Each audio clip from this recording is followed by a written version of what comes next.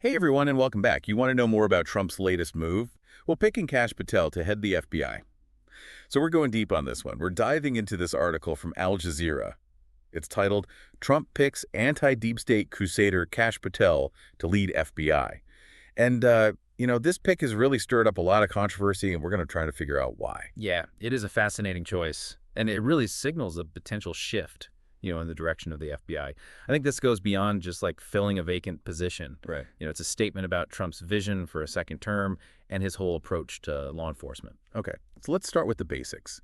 For anyone who might not be super familiar with him, Right. who is Kash Patel and what's making this pick so controversial? Well, Kash Patel, he's not exactly a new face in politics. Yeah. He actually held some pretty high-level positions during Trump's first term, like National Security Advisor and Chief of Staff to the Acting Defense Secretary.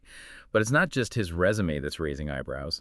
Patel is really known for his staunch loyalty to Trump and his very vocal embrace of this whole deep state conspiracy theory. The deep state. It feels like that phrase has been on the back burner for a bit. Can you remind us what this theory actually is and why it's relevant here? Yeah, absolutely. So the deep state, it's a conspiracy theory that alleges that there's this hidden network of unelected officials within the government. And they're very powerful. Often these theories include like bureaucrats, intelligence agencies, law enforcement. And this network is supposedly working to undermine elected leaders and kind of manipulate government policy from behind the scenes. It sounds like a plot straight out of a political thriller. It does have that kind of intrigue to it. Mm-hmm. And I think that's part of what makes it so potent. It taps into this existing distrust of government institutions.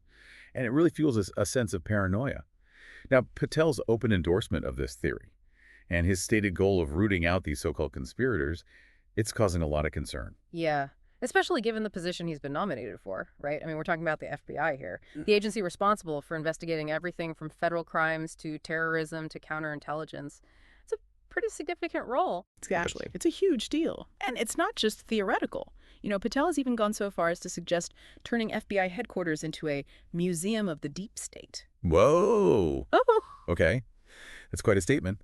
So how has this been received so far from lawmakers, legal experts, even the general public? Well, let's just say it hasn't exactly been smooth sailing. The Senate confirmation hearings are expected to be pretty explosive. A lot of people are questioning Patel's suitability for this kind of role. And, it's not just his views on the deep state that are causing concern. Right. I remember reading about some pushback against him, even during Trump's first term. Exactly. Even William Barr, Trump's own attorney general during his first term, was strongly opposed to Patel having any kind of top FBI position. He was so adamant about it that he actually wrote in his memoir that it would happen over my dead body. Wow, that's some pretty serious opposition coming from someone within Trump's own circle. So what do you think it says that despite all of this resistance, Trump is sticking with this nomination for a second term? It seems to be part of a larger pattern we're seeing with Trump's second-term picks. Prioritizing loyalty above all else, surrounding himself with people who share his worldview and are likely to put his agenda first and foremost. So it's not just about Patel as an individual. It's about fitting him into a much broader strategy. Precisely. And we see this playing out not just with the FBI, but with other law enforcement agencies as well.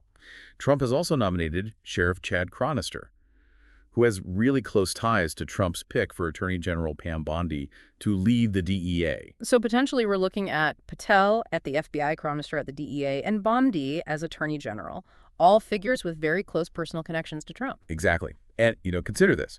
Crime, immigration, drug trafficking, these are all issues that Trump has said he wants to tackle very aggressively in the second term. Right. And these are all areas where the FBI and DEA play a really central role. So you're saying that the implications go way beyond just personnel changes at the top. This could really impact the direction and focus of these agencies as a whole. Absolutely. Yeah. And that's something I think we need to explore a bit further, because it raises some really important questions about the potential for conflicts of interest, the politicization of law enforcement, and ultimately the future of justice in America. Okay. Before we jump into those potential consequences, I think we need to go back to this whole deep state narrative. I feel like it's important for us to really break down what this concept means and why it's creating so much controversy, especially in relation to Patel's nomination. Yeah, it's definitely a complex issue, and it's got, a pretty long history. I mean, this idea of a deep state, It's not exactly a new concept. Yeah. Similar theories about shadowy groups controlling governments. Yeah. Those have been around for centuries. I think what's different now is how this particular theory has been amplified and kind of weaponized in recent years, especially within certain political circles. So it's not just about the theory itself, but about how it's being used to shape public perception and maybe even influence policy decisions. Exactly. You hit it right on the head. And that's a big part of why Patel's outspoken support for this theory is so concerning. He's not just passively believing in the deep state. He's really promoting this narrative and saying outright that he intends to use his position to go after people he believes are part of it. And it's not just government officials that he's targeting, right? If I remember correctly, he's even lumped journalists into this supposed conspiracy. That's right. Patel has actually labeled journalists as traitors, and he's even hinted at the possibility of prosecuting some of them. He sees the media, particularly those who are critical of the administration, as part of this deep state.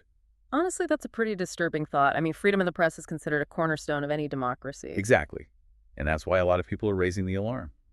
Patel's statement suggests that he's willing to use the FBI's power to silence dissenting voices, including those in the press.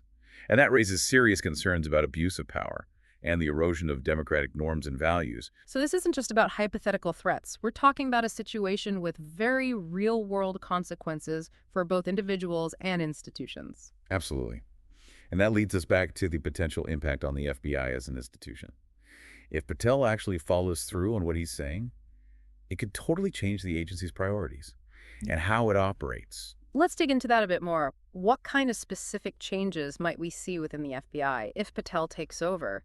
And how could that affect their ability to carry out their core mission? Well, if we take Patel at his word, Uh, a likely scenario is a big increase in investigations targeting individuals within the government who are seen as disloyal or not supportive enough of Trump's agenda. This could create a chilling effect, discouraging dissent within the ranks, and maybe even stifling legitimate whistleblowing. So instead of focusing on actual criminal activity or genuine threats to national security, the FBI could get caught up in a politically motivated witch hunt. That's a real concern. And it's not just about who becomes the target of these investigations. It's about the message it sends to the public. If people start to see the FBI as a political tool, it could erode trust in the entire justice system. That's a scary thought. So what does all of this mean for the average person? What are the real-world implications of all this? It means we need to be paying attention. We need to be vigilant about how the FBI operates. Especially if Patel is confirmed, we need to hold our elected officials accountable and demand transparency in how the FBI does its job. What are some things people can do to stay informed and make their voices heard on this? Well, first and foremost, stay informed. Follow reputable news sources that cover legal and political developments. Don't just rely on social media or partisan outlets. That's good advice. It's so easy to get sucked into those echo chambers on social media. It's really important to get information from a variety of sources and make sure you're fact-checking. Absolutely. Yeah. And don't be afraid to contact your elected representatives. Let them know that you're paying attention and that you care about the integrity of the FBI and the justice system. That's a great reminder. Our elected officials work for us. It's our job to hold them accountable and make sure they represent us. Exactly. And finally, you can think about supporting organizations that are fighting for government accountability, transparency, and civil liberties. These groups are so important. They monitor what the government is doing and hold those in power accountable. Yeah, those are really great points and practical advice that everyone can use. So we've covered a lot of ground today. We talked about Patel's background, his controversial views, the implications for the FBI and for American democracy as a whole. It's a lot to take in, but I think it's good to kind of step back and think, what stands out to you most from all of this? What are your big takeaways or concerns? I think for me, it's the potential for the politicization of law enforcement. The FBI is supposed to operate independently, free from political influence. But Patel's nomination really makes you wonder if that will still be the case. Yeah, that's definitely a key point. And it brings us back to something you said earlier about how this could erode public trust in the justice system as a whole. Exactly. If people believe that the FBI is being used for political purposes, it undermines their faith in the entire system. And that's a dangerous road to go down. Absolutely. So where do we go from here? What are some things our listeners can do to stay informed and make a difference on this issue? Well, first and foremost, stay informed. Keep following reputable news sources that cover these legal and political developments. Don't just get your news from social media or partisan outlets. That's so important. It's easy to get caught up in the echo chamber of social media. You really need to look at things from different angles and make sure you're checking the facts. Exactly. And don't be afraid to reach out to your elected officials. Let them know you're paying attention and you care about these issues. That's such a good point. Our elected officials work for us. It's our responsibility to make sure they're representing us and doing their job. Exactly. And finally, you might want to consider supporting organizations that are working to promote government accountability, transparency, and protect civil liberties. These groups are so important. They keep an eye on what the government is doing, and they hold those in power accountable. I love that. And, it's clear that this whole situation needs our attention and some careful thought. We've given you a lot to think about today, but this is just the beginning. We always encourage our listeners to keep learning, read different perspectives, and form their own opinions. Absolutely. As you continue to learn more about this, one question to think about is this. How might Patel reconcile his stated intentions with the reality of actually leading the FBI?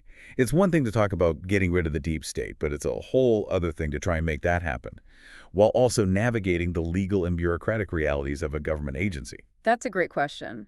Will he really try to completely change the FBI, or will he have to adjust his approach? What would that even look like? It's definitely something to watch as this story unfolds. You got it.